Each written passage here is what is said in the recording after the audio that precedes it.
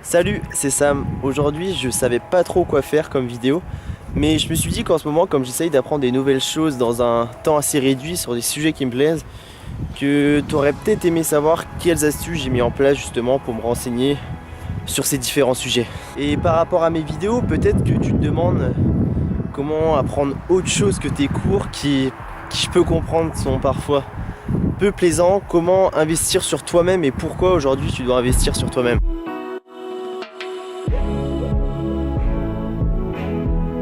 Du coup, je vais juste te partager des astuces que j'ai mis en place qui m'ont permis d'apprendre différemment, qui m'ont appris à me former sur différents sujets de manière plutôt assez rapide. Et je sais pas si tu as remarqué, mais que ce soit les grosses entreprises, que ce soit des grosses entités, que ce soit l'armée dans le domaine de la santé, que toutes ces structures, elles ont investi des millions d'euros pour tester et expérimenter des nouvelles choses. Et c'est avec la recherche, c'est avec le développement que toutes ces structures, toutes ces entreprises, elles ont pu construire et élaborer des nouveaux concepts, des nouveaux produits qu'ils ont ensuite pu proposer. Et si aujourd'hui j'ai décidé d'utiliser de l'argent pour me former, donc sur des sujets que je trouve passionnants et intéressants, en ce moment je me forme sur la vente, sur la persuasion, sur la productivité comme tu as pu le voir.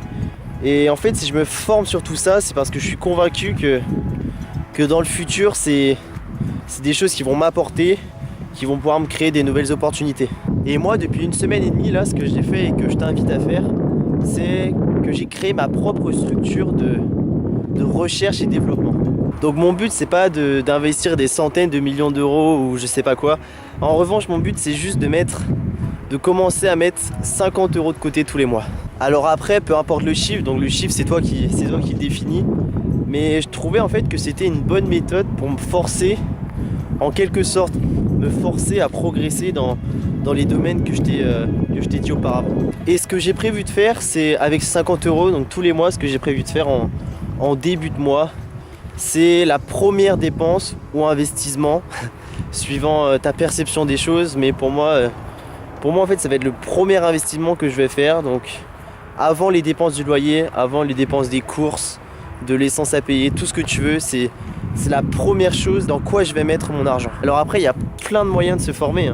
Il y a du contenu gratuit, il y a beaucoup de contenu gratuit de grande qualité. En fait, on pense justement que comme c'est gratuit, ça va être moins bonne qualité que si c'était quelque chose de payant.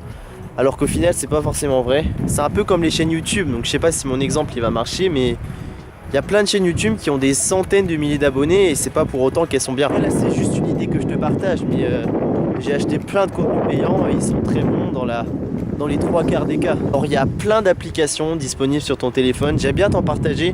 Je trouve que c'est un moyen différent de travailler et de voir les choses.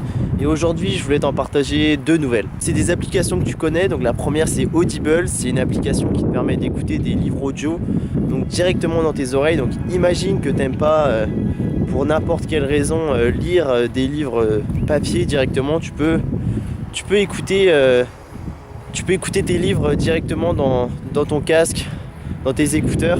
Et je trouve que c'est une bonne façon d'être plus efficace. Tu peux écouter ce livre plus rapidement. Tu peux décider de le mettre en x2.